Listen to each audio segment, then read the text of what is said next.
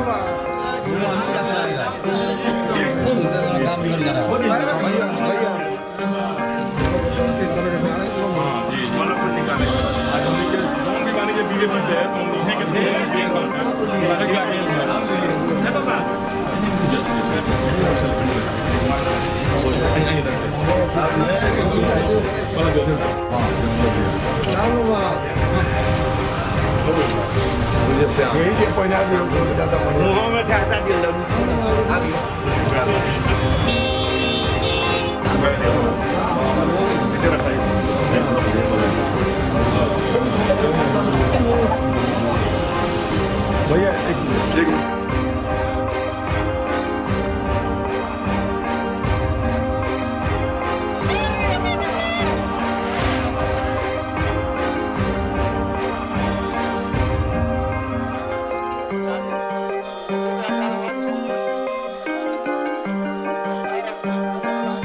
नमस्कार, मैं हूं राजेश पांडे। आप देख रहे हैं श्री नारद मीडिया। नारद मीडिया की टीम इस समय यहाँ पे ओरमा पंचायत के ये गांव में है, जहाँ पे पंडित जनार्दन तिवारी की आज जयंती है और उनके हम लोग स्मारक पे हैं। यहाँ पर जिले के पूर्व भाजपा अध्यक्ष और सहकारिता प्रकोष्ठ के प्रदेश के संयोजक प्रोफेसर अभिमन्यु कुमार सिंह जी हैं। सबसे पहले ये बताइए कि पंडित जनार्दन तिवारी से सबसे पहली बार आपका कब परिचय हुआ? पहले तो आज उनके जयंती के अवसर पर जो भारतीय जनता पार्टी के और भारतीय जनता पार्टी के कार्यकर्ताओं के लिए ये एक ऊर्जा के केंद्र हैं, प्रेरणा के स्रोत हैं। पंडित जनार्दन तिवारी जी के जयंती के अवसर पर हम उन्हें अपनी भावभीनी श्रद्धांजलि निवेदित करते हैं। पंडित जनार्दन तिवारी जी से हमारा परिचय बचपन के दिनों में ही, जब वो भारतीय जनता पार्टी के निर्माण के लिए, भारतीय जनता पार्टी को जन जन तक पहुंचाने के लिए वो सिवान में संघर्षरत थे, कार्य कर रहे थे। मेरा बचपन था और बचपन में ही उनका सानिध्य मुझे मिला और निरंतर उनके प्रति हमारी जो आस्था है, उनके व्यवहार से, उनके विचार से उनके प्रति जो श्रद्धा है वह दिनों दिन बढ़ती गई। तो से हमें निरंतर काम करने की प्रेरणा मिलती है। अच्छा अध्यक्ष जी, यहाँ देखा गया है, यहाँ अभी सभी किसी ने देखा कि पार्टी लाइन से इतर के लोग भी पंडित जनार्दन तिवारी के स्मारक पर आज आ रहे हैं, उनको पुष्पांजलि अर्पित कर रहे हैं। ये क्या मतलब है? इसका कारण यह था कि उनके अंदर इतनी राष्ट्रभक्ति थी और जो हमारे मनीषियों का जो भारत का सनातन चिंतन की मूल जो प्रकृति है और जो प्रवृत्ति है वो उनके अंदर विद्यमान थी। वो इस बात को पार्टी लाइन के ऊपर उठ कर जनता की सेवा करने के लिए प्रतिबद्ध थे। विचार उनका अपना था, राष्ट्र प्रेम उनका जन्मतन अपना था, राष्ट्र के प्रति भक्ति उनकी अपनी थी, सर्वे भवन्तु सुखने का भाव उनके अंदर था, वसुधैव कुटुम्बकम का भाव विस्तार उनके अंदर था। इसलिए सभी की सेवा जन्मतन करते थे, सभी का सहयोग करते थे, सभी को जन्मतन निरंतर आगे बढ़ने के लिए प्रेरणा देते थे। इसलिए दल से ऊपर उठ के लोगों ने अपनी श्रद्धांजलि निवेदित करते। पंडित जनार्दन तिवारी का ये स्मारक है और यहाँ पे उनके प्रपौत्र पंडित राहुल तिवारी जी हम लोग के साथ हैं। सबसे पहले राहुल जी, बाबा से आपको क्या सीख मिली है? बाबा से सच्चे कर्मों पे चलना और ईमानदार की भूमिका में समाज में अपने विचारों को प्रकाश करना, और मैंने उनसे जो सीखा है सदा सत्य बोलना, और जिस तरह वो थोड़ा कड़वा बोलते थे लेकिन सत्य बोलते थे, और उसके बाद भी उन्होंने 4 बार विधानसभा का प्रतिनिधित्व किया, जबकि 1 बार लोकसभा के सदस्य रहे। तो उनकी जो छवि थी, एक ईमानदार नेता की छवि थी, और मैं तो कहूँगा कि उनके पद चिन्हों पर चलना ही हम सभी के लिए सच्ची श्रद्धांजलि होगी। कहा जाता है कि उनका कोई बैंक अकाउंट भी नहीं था, वो किसी की उलूल जुलूल पैरवी भी नहीं किया करते थे और बड़ा विदाग और निष्कलंक छवि वाले व्यक्ति रहे, और यही कारण है कि पार्टी लाइन को तोड़कर भी लोग उनसे मिलने जुलने आया करते थे।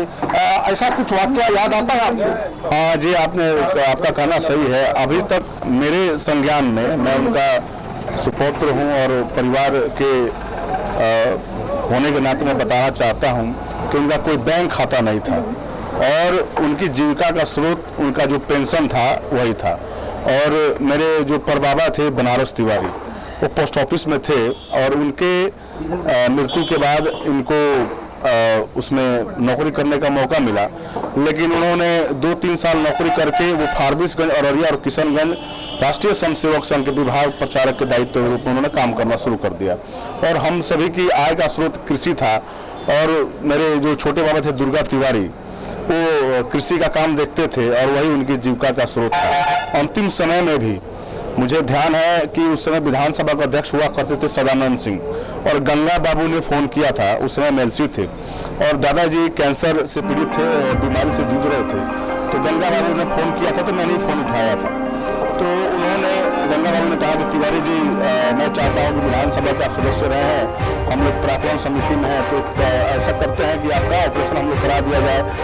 तो इन्होंने साफ मना कर दिया, बोले कि नहीं, मैंने एक बार रात्रि में सोचा था कि मेरे साथ के जो 85-90 मित्र हैं जो इस दुनिया छोड़कर चले गए, और मुझमें फालतू पैसा लगाने की आवश्यकता नहीं है। मैंने अपनी पूरा जीवन लगभग जी लिया हूँ, और मैं जिस परिस्थिति में, ये उनको कैंसर हुआ था 2005 में, और 2005 के नवंबर में बिहार में भाजपा जोगी की सरकार बन गई थी, और सिवान के विधायक माननीय वासुदेव प्रसाद जी हो